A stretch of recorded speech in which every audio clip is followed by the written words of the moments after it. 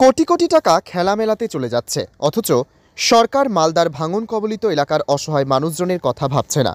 শনিবার মালদার মানিকচকের গঙ্গা ভাঙন কবলিত এলাকা পরিদর্শনে গিয়ে কার্যত এমনটাই অভিযোগ তুলে কেন্দ্র ও রাজ্য দুই সরকারের বিরুদ্ধে সুর চড়ালেন মানিকচকের প্রাক্তন কংগ্রেস বিধায়ক তথা জেলা কংগ্রেসের সহসভাপতি মোক্তাকিন আলম।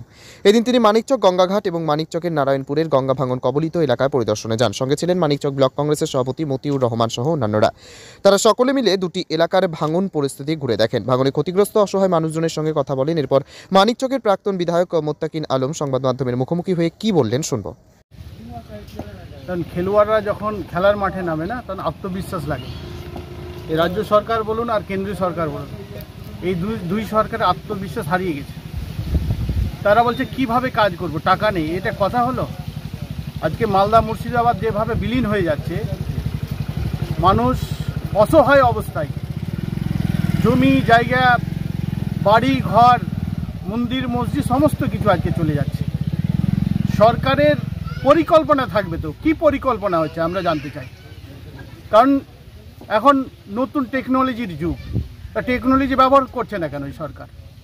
আজকে যেভাবে মানুষ মানে অসহায় হয়েছে, এই যে মানুষগুলো বাড়ি ঘর হারা হয়েছে, তারা থাকবে কোথায়? এদের তো পুনর্বাসনের দরকার আছে।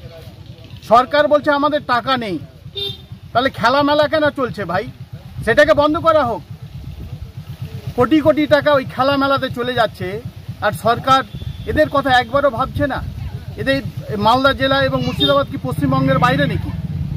কেন্দ্রীয় সরকারও তাই, তারা আজকে ভাবছে না এই মানুষগুলোর কথায়। মানুষগুলো অসহায়ের যে অবস্থায় আছে, আমরা বারবার করে দাবি করেছি সরকার পরিকল্পনা করুক। সরকার আগে মাঠে নামুক, দেখুক পরিস্থিতিটা।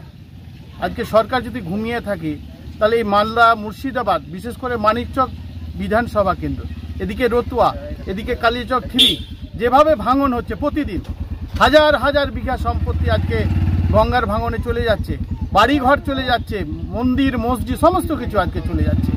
তাই আমরা দাবি করছি রাজ্য সরকার এবং কেন্দ্রীয় সরকারের কাছে, এই মানুষগুলোর পাশে দাঁড়ান এবং এই নদীর ভাঙন প্রতিরোধ করার একটা ব্যবস্থা করুন।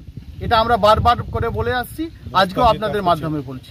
এবং তার কাজে যে আপনারা দেখছেন, একটু দেখান, এই যে বস্তার কাজ হচ্ছে এখানে, এই যে বোল্ডার পিচিং দালুবাবু যখন মিনিস্টার ছিলেন, তখন এই বোল্ডার পিচিং এর কাজ হয়েছে।